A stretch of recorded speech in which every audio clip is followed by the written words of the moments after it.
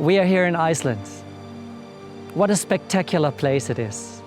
Such beauty and variety, such an amazing nature with these rugged mountains covered in snow and the steam of the clouds just over there, these grass fields and a river right behind me. What a place of beauty. What a place created by a loving God. What a place outstanding in this world, and I do believe there is no other place like that. You can see it very clearly here in Iceland, a place from construction to destruction.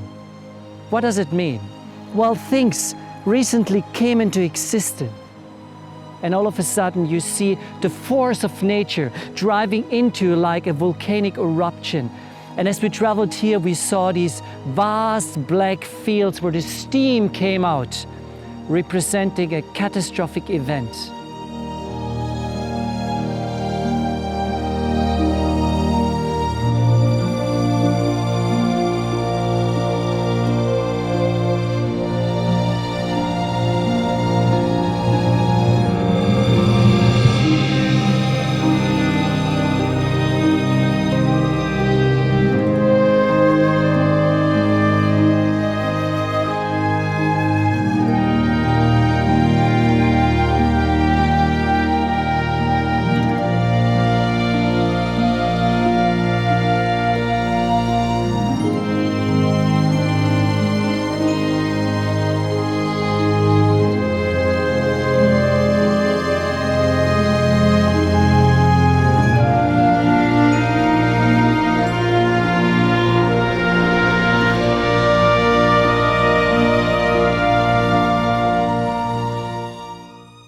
Now, God has given every human being a free will, with the option and possibility to make a decision.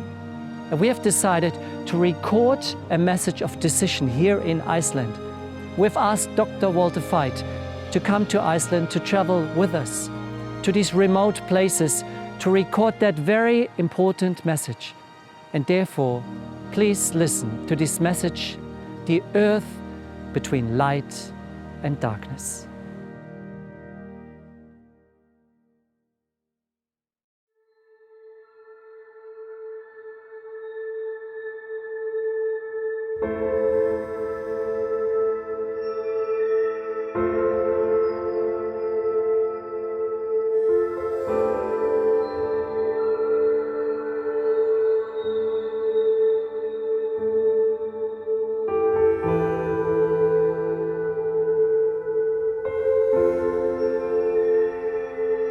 And I saw a new heaven and a new earth, for the first heaven and the first earth were passed away.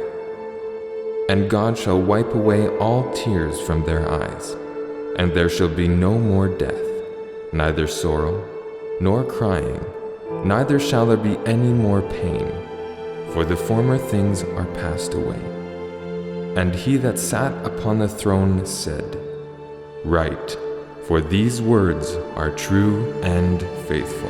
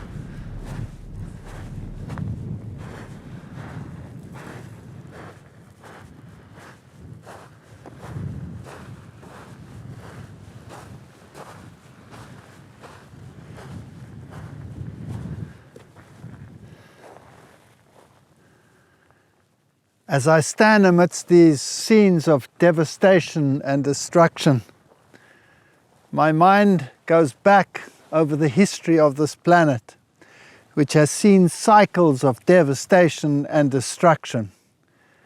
And if we look at the times in which we are living now, I believe this earth is teetering on the brink.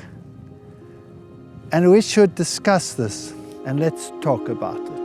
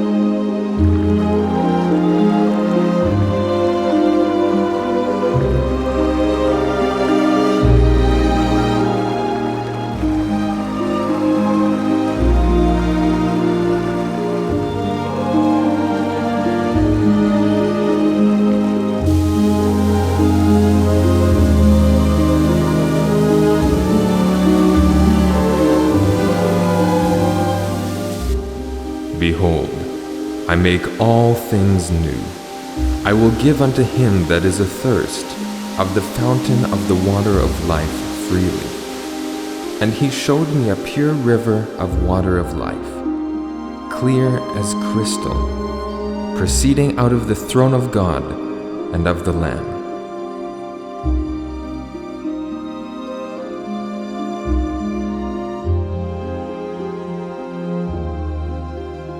What an amazing landscape. If we look at these glacial rivers cutting through these valleys, Iceland is unique. With all these beautiful waterfalls, rugged terrain,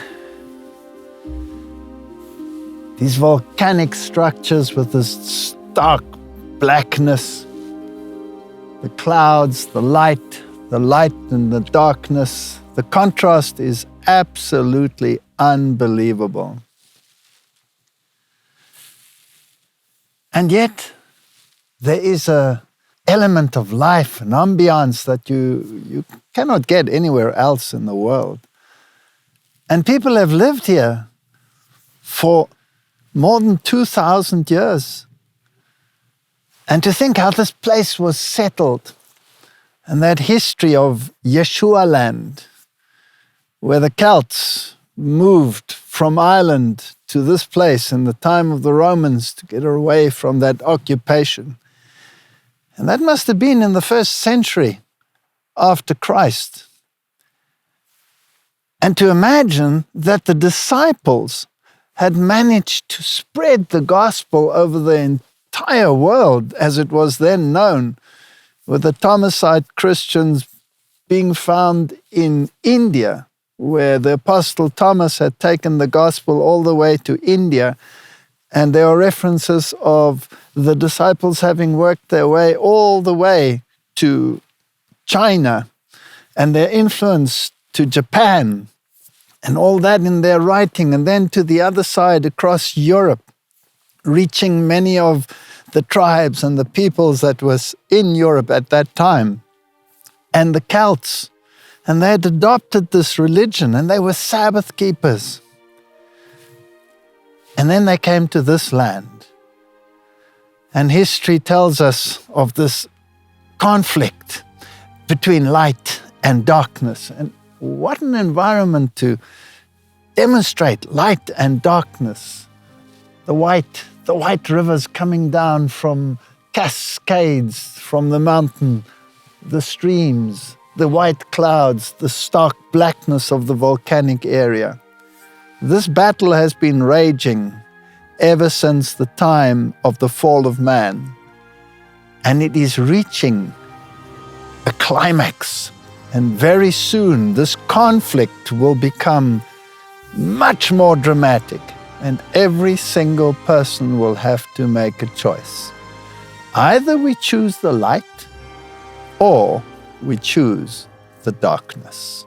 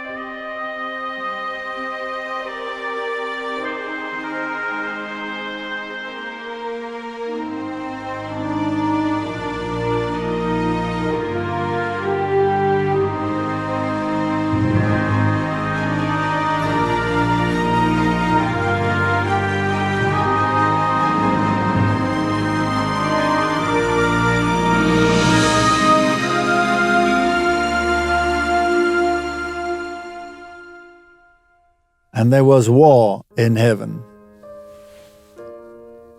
Lucifer, the highest angel in heaven, had rebelled against the government of God. Lucifer, the most exalted cherub, highest amongst the angels, leader of the heavenly choir, had coveted the position of God. He wanted to place his throne higher than the angels. He wanted to sit in the north where the throne of God was. He wanted to take the place of the one who had spoken him into existence. And because God had created Lucifer as near as possible to himself, this is the character of God, his unselfishness coming to the fore in his creation. He reasoned that why should he have a secondary position to the Son of God, who was God in very essence, if he looked exactly the same, and if he had control over the heavenly angels? And why should the rules and the regulations and the laws of heaven apply to him? After all, he was an exalted angel. Surely he, in his own capacity, should be able to determine what is right and what is wrong. Why did he need a higher authority to command him in this matter? And jealousy came up into his heart because the Son of God was taken into the council of God, and he wondered, why was he not in this council? Why was he not included in the council? Why could he not sit on the throne together with God to determine what had to happen in the universe of God? Now, this rebellion didn't come overnight. This had been festering for weeks, months, years, decades, centuries, millennia. We do not know. He suppressed his feelings, but he insinuated them, placing doubt upon the character of God, asking the questions, did God really say? Asking the question, do you think that was fair? Do you think it is right that exalted beings such as us should be restricted by laws? Aren't we, in our own capacity, capable of deciding between right and wrong? Do we need a babysitter? These were the questions that he placed in the minds of the angels. And as they observed the conditions, and as they saw with their eyes that God received homage and worship, but their great leader did not receive the same homage and worship, they wondered, is there a selfish element towards God? Does he want worship purely for himself and doesn't want to share his glory? Is there a reason? Is he hiding something? And these ideas festered in the minds of the angelic host and eventually led to open warfare. And as this covetousness rose inside of him, he rebelled against the government of God, and there was war in heaven.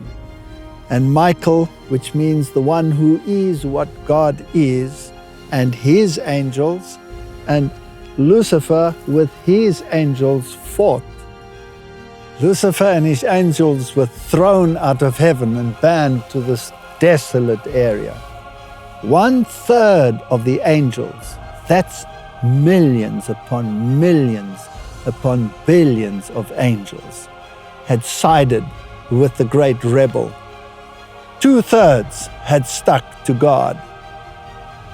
And there must have been uncertainty even amongst them, because the arguments that Satan had brought to the fore were convincing enough that 1/3 of the angels had sided with him.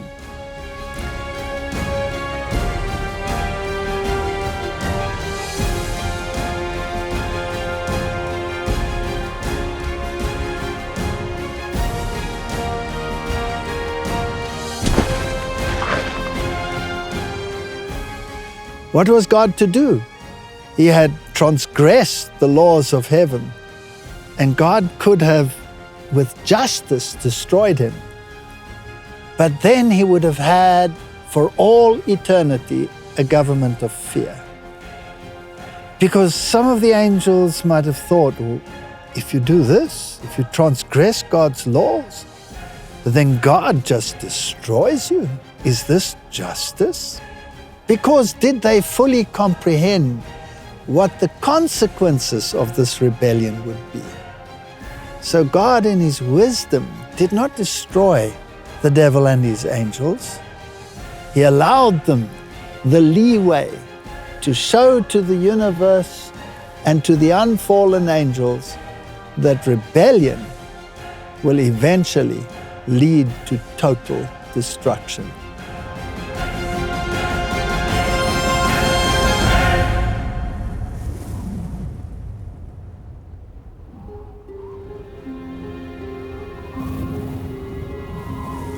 How art thou fallen from heaven, O Lucifer, son of the morning? How art thou cut down to the ground, which dost weaken the nations? For thou hast said in thine heart, I will ascend into heaven. I will exalt my throne above the stars of God. I will sit also upon the mount of the congregation in the sides of the north.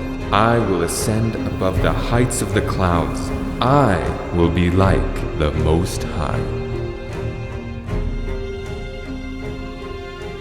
The universe was split into two factions, two sides with no mediator.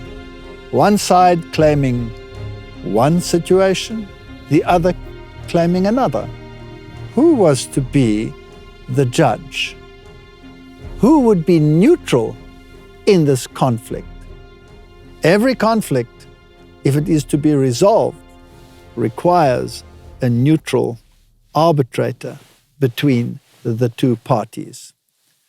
And so God, in his wisdom, decided to create a new creation, one with the capacity to choose, and one which would decide which of the two parties was the guilty and which one was the innocent.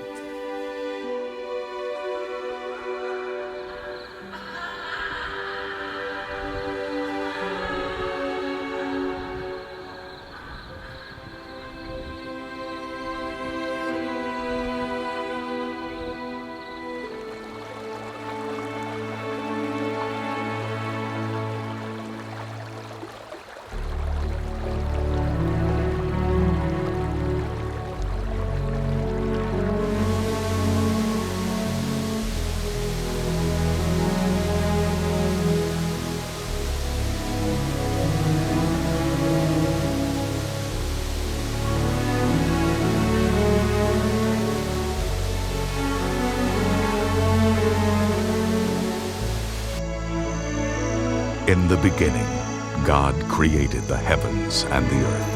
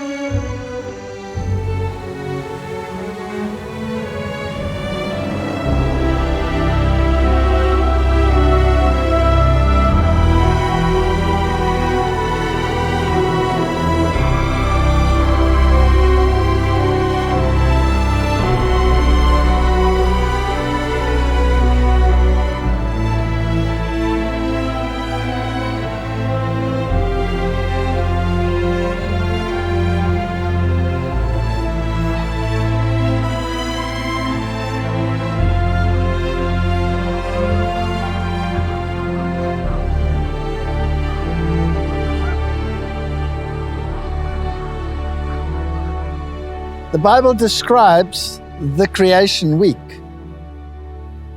And the Bible also says that he spoke and it stood fast.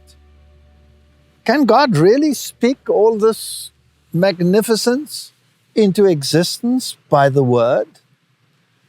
Well, if you go to New Testament times, where the God of heaven became man and dwelt amongst men, and touched the leper, and leprosy disappeared, where he spoke a word and a withered hand was restored to its original.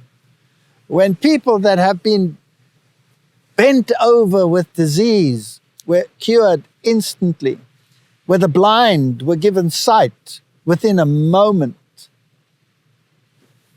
Doesn't that tell us that God has the capacity to speak, and it was so? And in the beginning, the Bible says this planet was abusos. It was void. It was stark. There were elements of desolateness.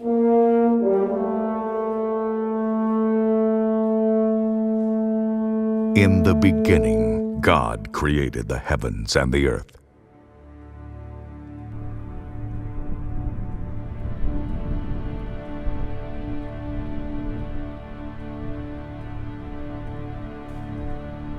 Now the earth was formless and empty.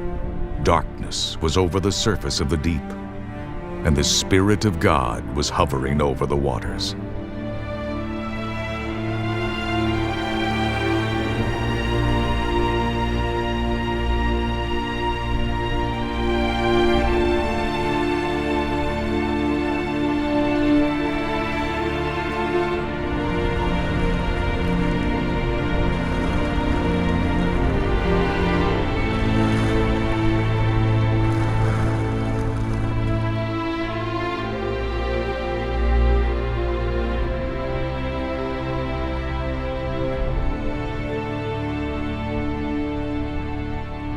And God said, "Let there be light," and there was light.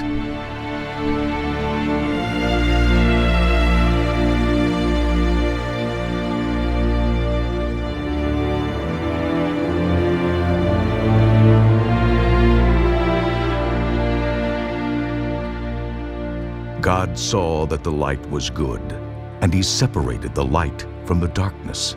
God called the light day, and the darkness he called night.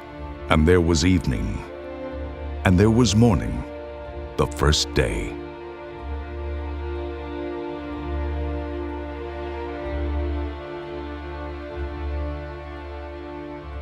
And in the midst of this desolateness and darkness, God spoke, and he said, "Let there be light."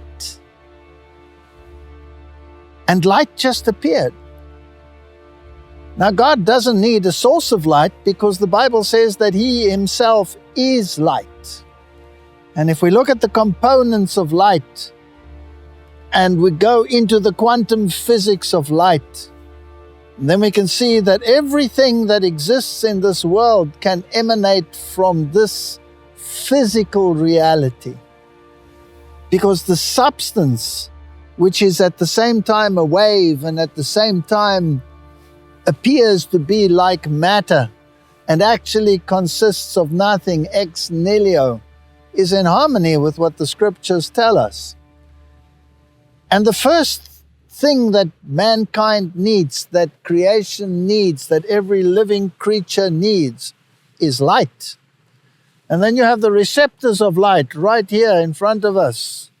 These green pigments that we see in these grasses absorb the light and change the light not only into all the nutrients that this plant requires, but also provides the oxygen that we need. So there's this benevolence, this unselfishness in everything that has been created. And when God said, "Let there be light," He supplied the means for life to flourish. And the waters were there, and God's Spirit hovered over the waters. And this combination is a basic structure for what is needed for the very existence of life. And then God separated the light from the darkness. So God placed the light in the midst of the darkness.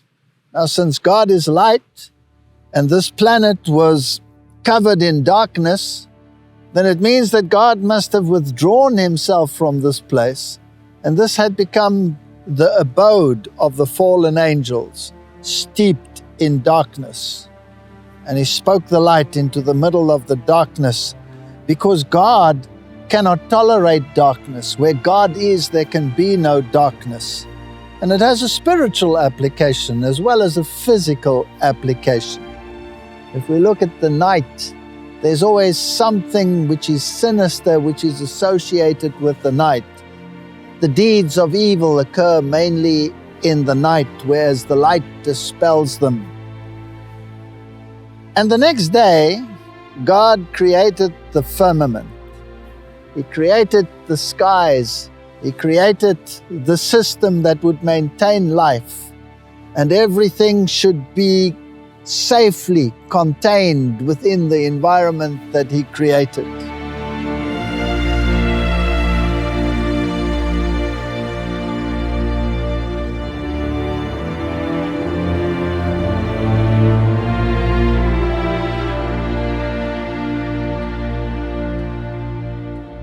And then He spoke the solid ground into existence. And He spoke, and it stood fast. And the plants came forth. The very means to sustain life came first. Always the giving and then the receiving, and the giving and the receiving are part of the character of God, the unselfishness. So that which the plants provided was not only food, but the very means to sustain the atmosphere. And then on the fourth day, He created the lights that were to maintain the light when God gave over this planet eventually to humanity. The greater light and the lesser light. The greater one to rule the day, the lesser one to rule the night. And even in the midst of darkness, there would be light. And then He created the creatures to fill the spaces that He had created. All the creatures of the waters, all the creatures of the sky on the fifth day. And finally, on the sixth day, all the land animals. God saw all that He had made, and it was very good.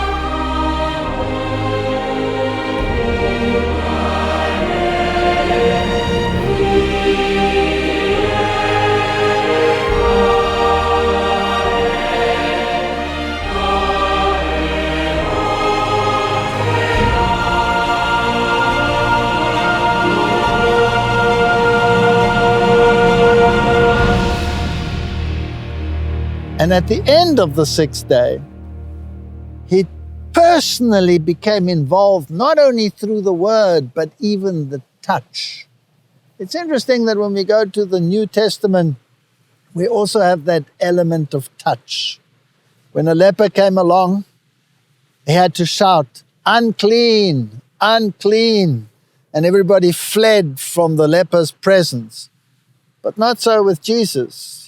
He approached the leper and he touched him. And in that touch there is life, and the leprosy fled. And so in the creation of man there was this personal touch. He formed man, and he created him in his image.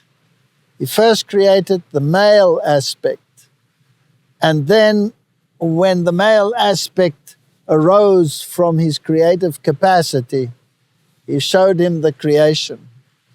And he made a covenant with him, and he gave him the dominions. And when Adam saw that he was alone, he longed for the companionship that he had seen was built into the animal kingdom. And God put him to sleep, and the scriptures tell us that he formed Eve.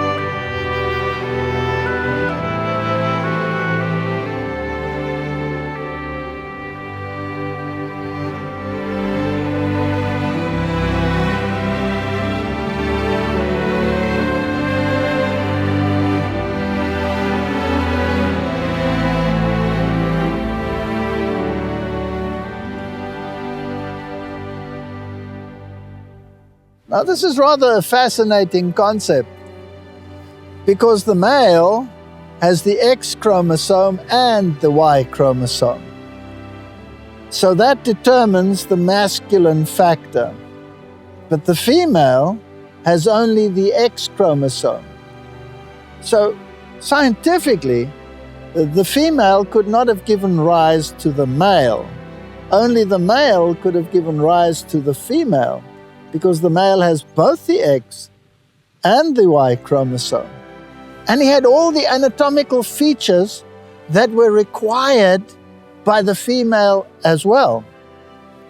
And just by the intricacy of the control of the genetic system, the various features of masculinity and femininity could be brought forth. Everything built in. They were designed to be a unit, to be one, to be like God the Father and God the Son in a mini cosmos.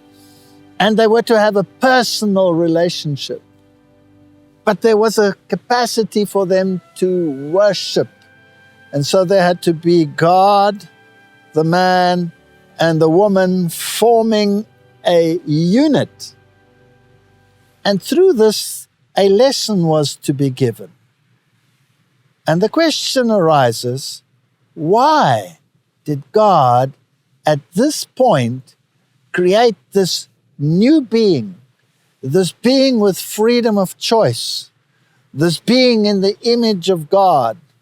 Why at this point in history did he choose to do so? Was it an afterthought? Was it a demonstration of his power to the fallen angels? Or was there a deeper meaning?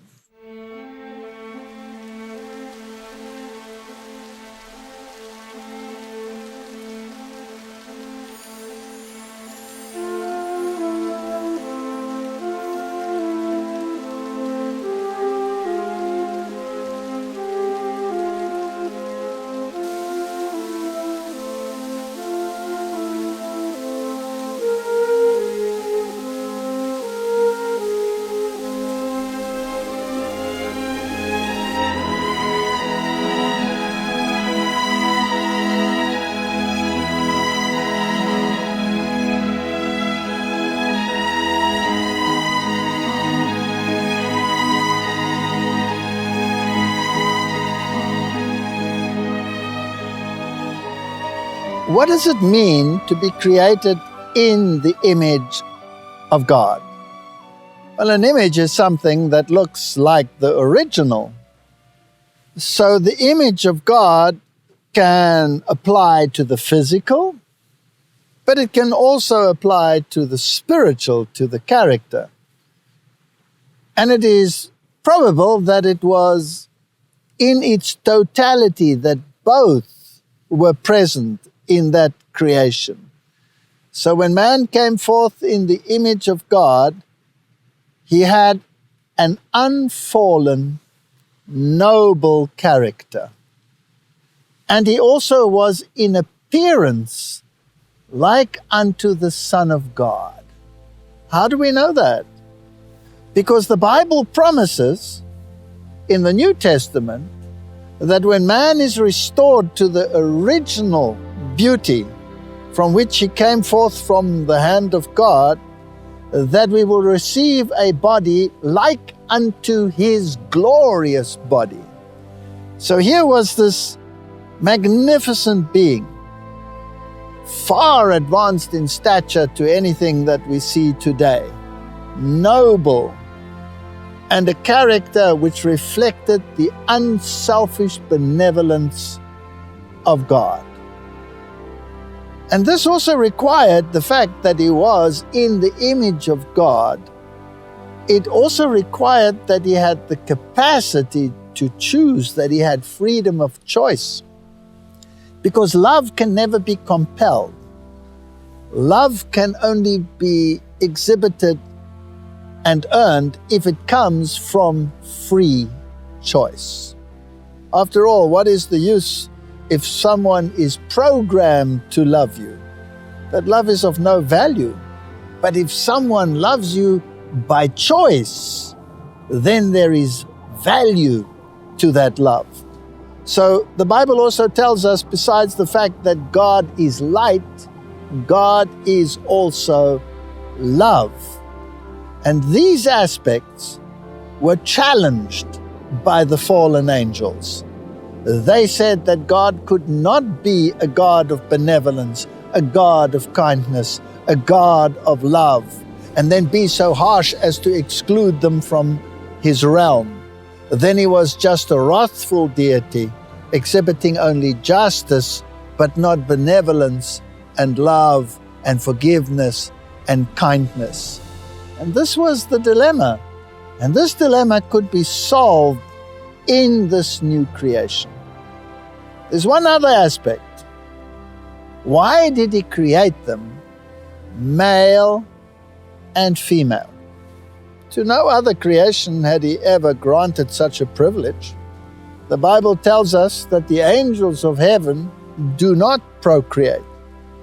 So here he had created, as it were, a mini cosmos, a realm like heaven. And he handed it over to man and gave him dominion over this realm.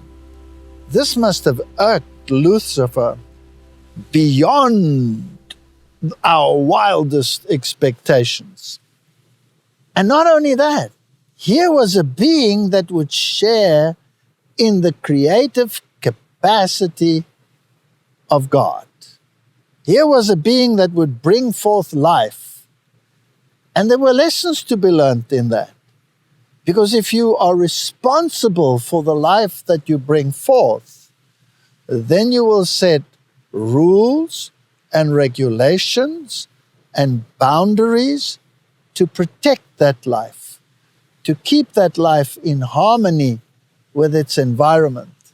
If you break that rule, then you have discord, unhappiness, disharmony, destruction.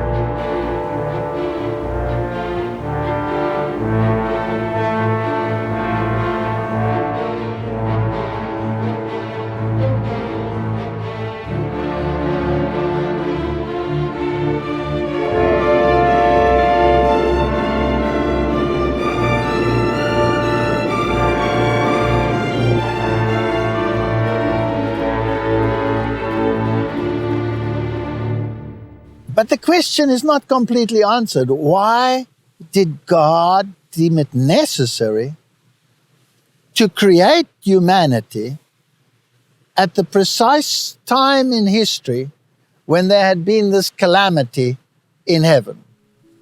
You see, there were two parties. The one party was God and his angels, and Lucifer and his angels. Two parties. But where was the judge? Where was the mediator? Where was the jury to decide who was responsible for this calamity? And this is where God, in his ingenuity, grabs hold of the situation and solves the problem in a most amazing way. You see, a jury has to be impartial. A jury should not be family of those that it has to adjudicate between. And so God, in his wisdom, created a new order that had not known God before and had not known the other side before. And here was an independent jury that could decide as to which of the two had a right representation and which of the two had a false representation. And so mankind was basically created to be that deciding factor. The Bible says, do you not know that you will judge angels? Do you not know that you will sit on the judgment seat together with God? And in the course of history, there have been decisions on both sides of the case. But eventually, God's character will be vindicated, and the jury will testify to that fact.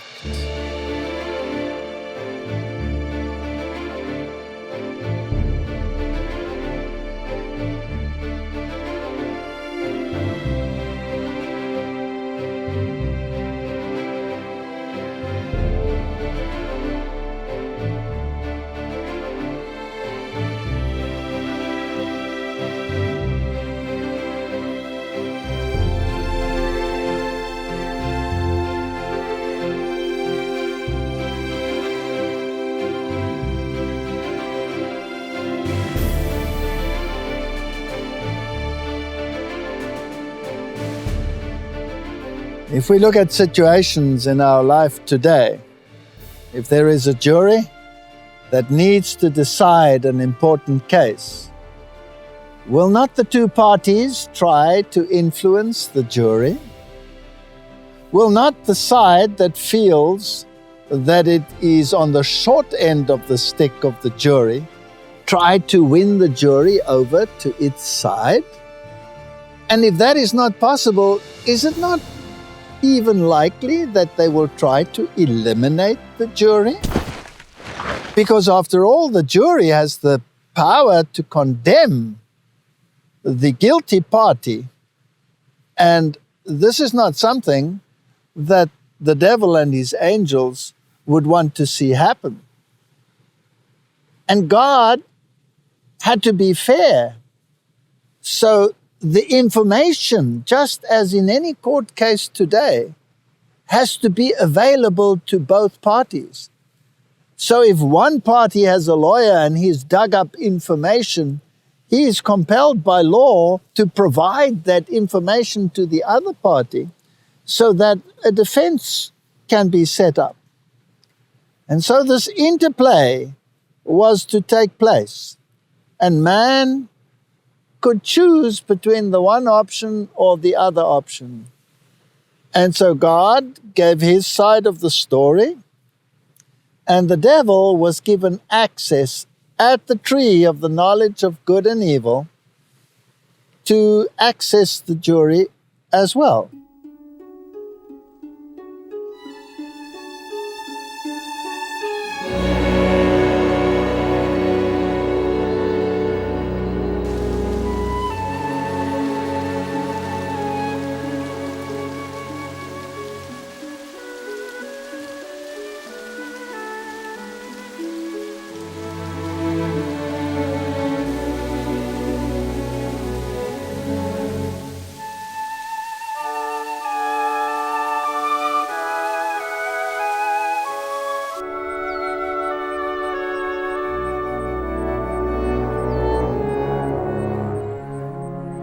And what if he could get the jury to side with him? What if he could get the jury to take the same steps as he had taken, distrusting God, choosing to believe that God is unjust and a liar and is withholding something which should be for their joy and their glory, as he had thought that he was being withheld from the power and glory of the throne to which he believed that he should have access. Well, wouldn't that bring an interesting interplay? Now, Adam and Eve were not created to fall, but they were created with the capacity to fall because they had a freedom of choice. There's another aspect that comes into this interplay. Here was a being that could bring forth life. And was it perhaps a possibility that God had created a being that could choose between God and the other party, and by propagation produce offspring that would eventually take the place of the fallen angels? How much more reason then to target this humanity, to make it fall, so that God's hand would be exposed and his character would be exposed to the entire universe. And if he should choose to forgive them if they fell, well, then shouldn't he forgive the other party as well? These are the thoughts that came into this interplay, and the drama was being created. Now, if Adam and Eve had chosen not to fall, but to accept the situation and to understand the character of God and the benevolence of God and the necessity for rules and regulations, then the drama that subsequently followed on this planet could have been avoided. But God knew that even if they chose against him, the solution would be an everlasting solution. Because eventually, when the choices had been made, there would be enough individuals to attest to the truthfulness and the righteousness of the character of God. And we read that in the book of Revelation, where the redeemed say that you, O God, are just and righteous and worthy of receiving honor and glory and power and the throne and all of these things that Satan had contested. This was the stage for the solution to the great drama that had taken place in heaven.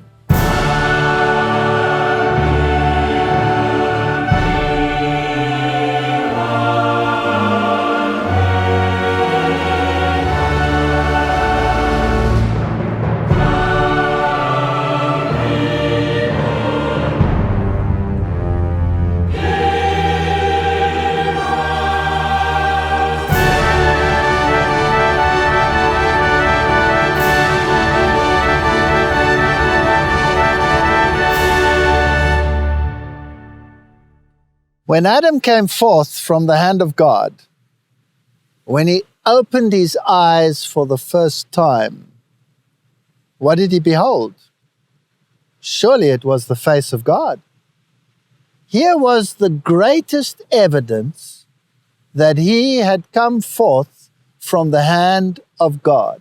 No usurper should have been able to drive a wedge into that relationship and say that you did not come forth from the hand of God, but that one was an impostor, because he had the greatest evidence before him. He opened his eyes and he saw his Creator. When Eve opened her eyes, she not only saw her Creator, but she also saw Adam. And Adam confirmed to her, or must have confirmed to her, that he had come forth from the hand of this Creator. And then, after this first introduction, which, by the way, was given an entire day of association, because on the seventh day, God rested. What did he rest from? Surely not from exhaustion. He rested in his completed creation, because herein was found the solution to the problem that had arisen. And not only that, he had an association. He had a relationship with this new creation. And he must have informed them of his benevolence. He must have informed them why they were created, what the purpose was.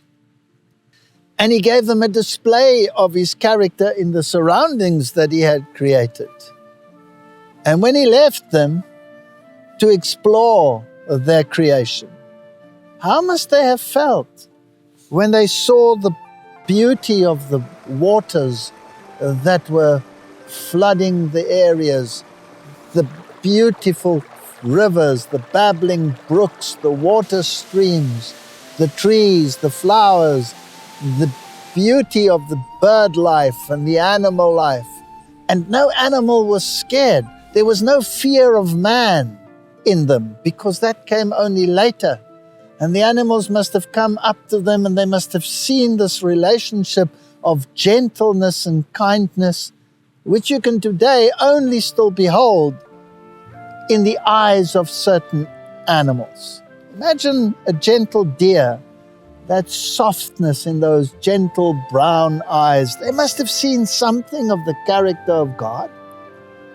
And what must they have felt when they looked into each other's eyes, when they saw that love in that look that exposes the soul, that allows you to look deep into the inner being of humanity? What must that have told them about the character and the love of God?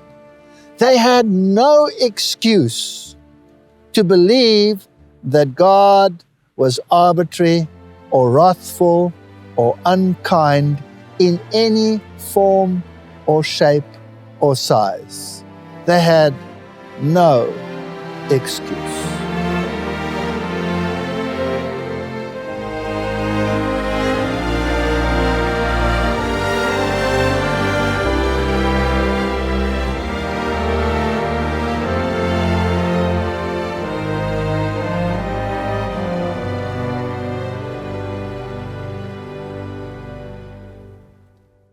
As he watched the pair in their innocence, He must have trembled, because here was God's answer to his rebellion. And if this new creation should choose God's side, then his fate would be sealed. And so he was determined to bring them to his side. How would he do it? He must have had plenty of practice in heaven as he insinuated his ideas to the angels before it came to open warfare. And so he devised the plan, and he thought that he would surely overcome them. But while they were bonding together, it was difficult to drive a wedge between them because love was his greatest obstacle. But when he saw the opportunity that they had separated and that he could work with the woman alone, and after all, the woman was created as a helpmeet, she was the one whom he could perhaps, with his cunning, overpower. He saw his opportunity and he took it.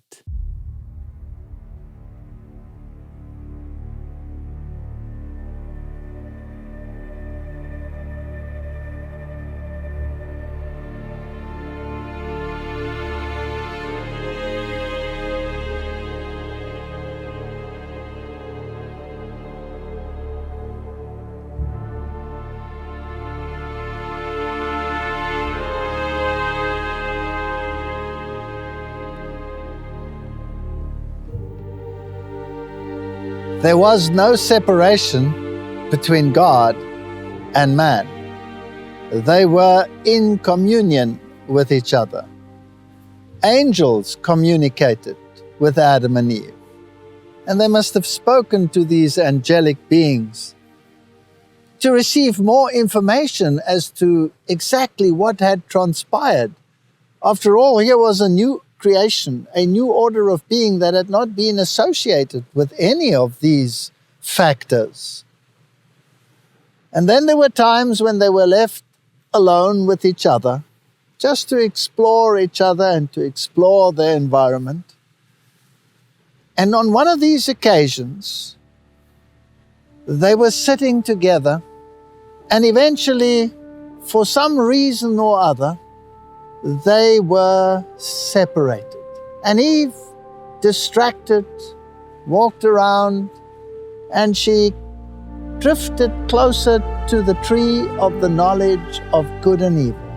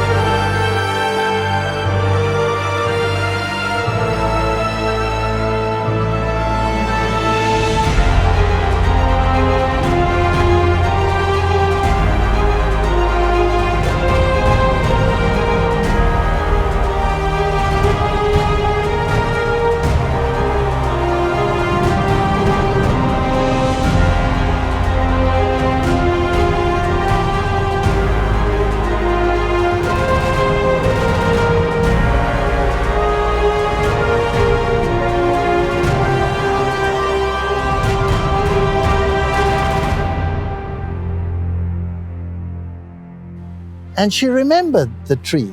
And when she saw it in the corner of her eye, she was attracted and wanted to know what was the issue around this tree of the knowledge of good and evil?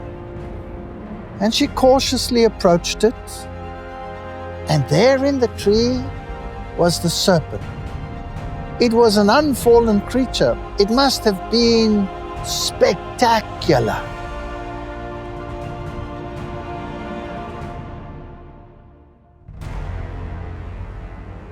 And it spoke. And she was taken aback because no other creature on earth had spoken to her before, other than the angels and God. And here she was intrigued. And she wondered, where did this capacity to speak come from? And who knows, perhaps he was holding one of the fruits.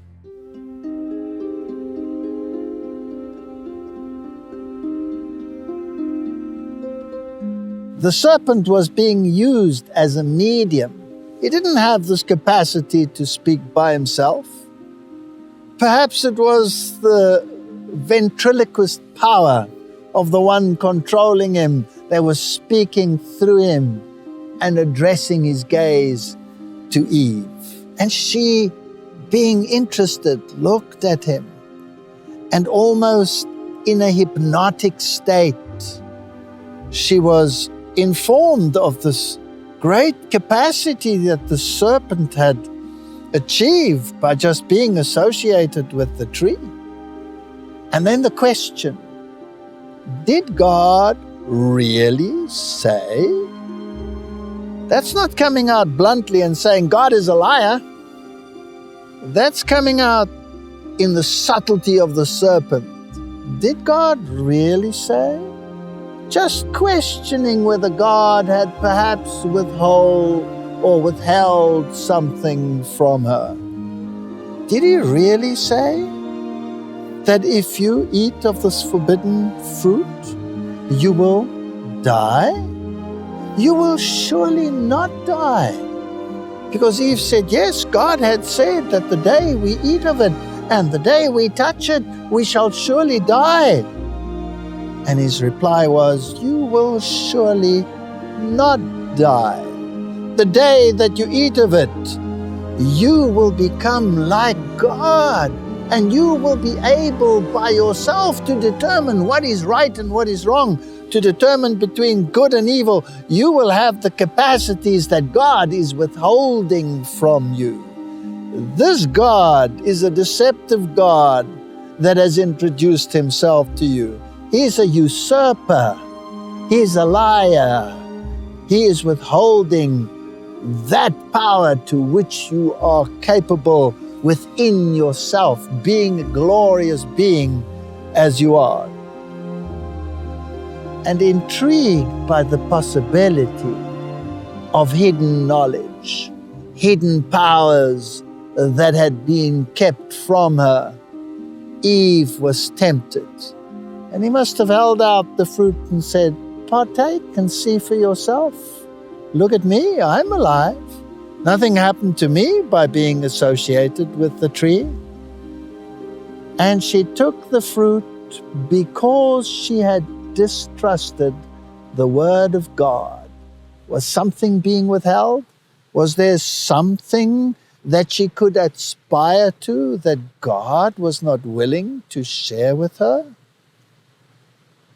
And in that touch lies the history of the suffering of this planet.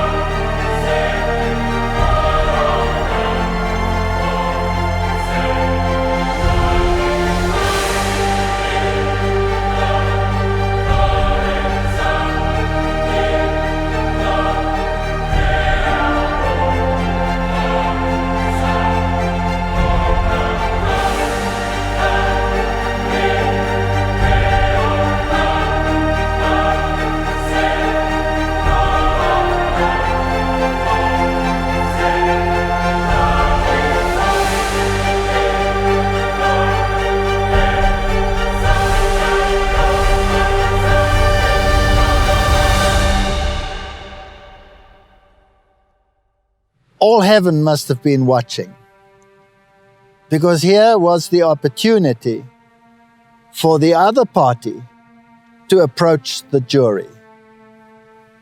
Would they take the bait or would they resist? Heaven was watching. There must have been an awesome silence. And when her hand reached out and took the fruit, I can imagine the faces of the angels as they watched in disbelief. Is this possible? Is this really true? Is it possible to convince this new order of being so quickly that God is not what he appeared to be? Surely she wouldn't take the fruit. But she took it and she ate.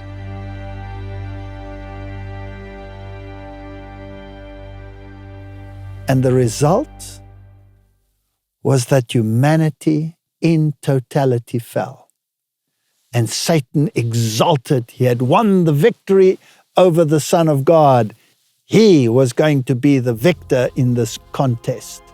Because if God was truly a God of kindness and forgiveness and grace, then he would have to forgive Adam and Eve. And if he forgave them, then he must forgive Satan as well.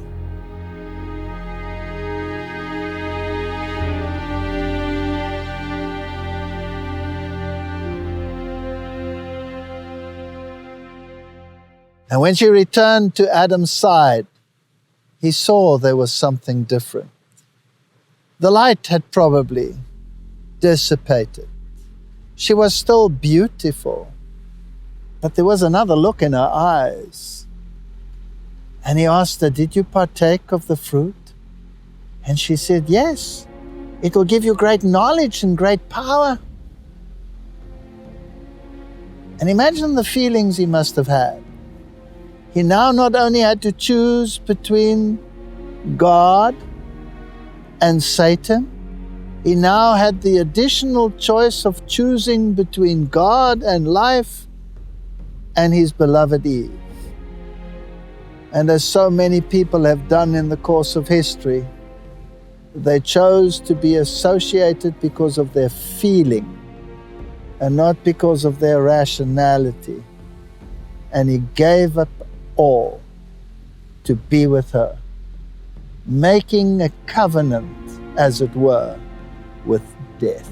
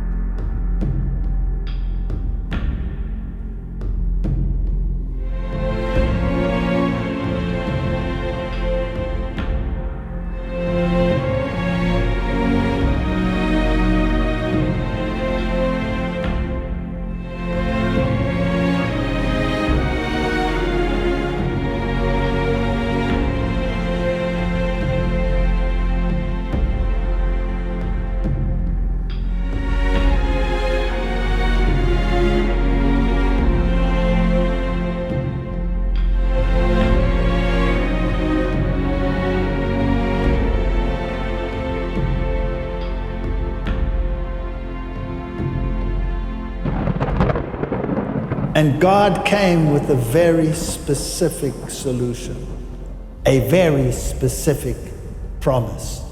And he addressed the serpent, and he said, "And I will put enmity between thee and the woman, between thy seed and her seed, and it shall crush thy head, and thou shalt bruise his heel."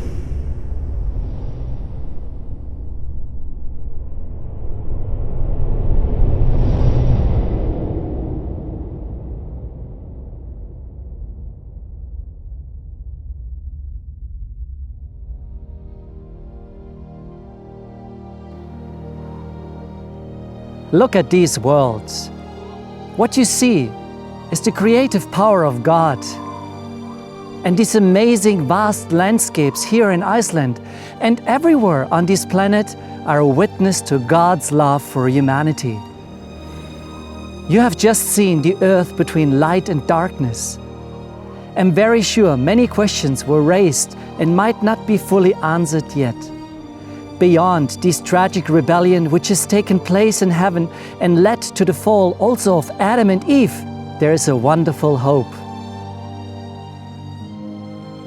God has given a promise to crush the head of the serpent, and that promise was fulfilled, for God loved the world so much that He gave His one and only Son. Anyone who believes in Him will not die, but will have eternal life. Which means that every human being can make this decision to follow God. For God did not send His Son into the world to judge the world. He sent His Son to save the world through Him. You can also make this decision to follow our Creator and Redeemer Jesus Christ. Eternity is waiting for you.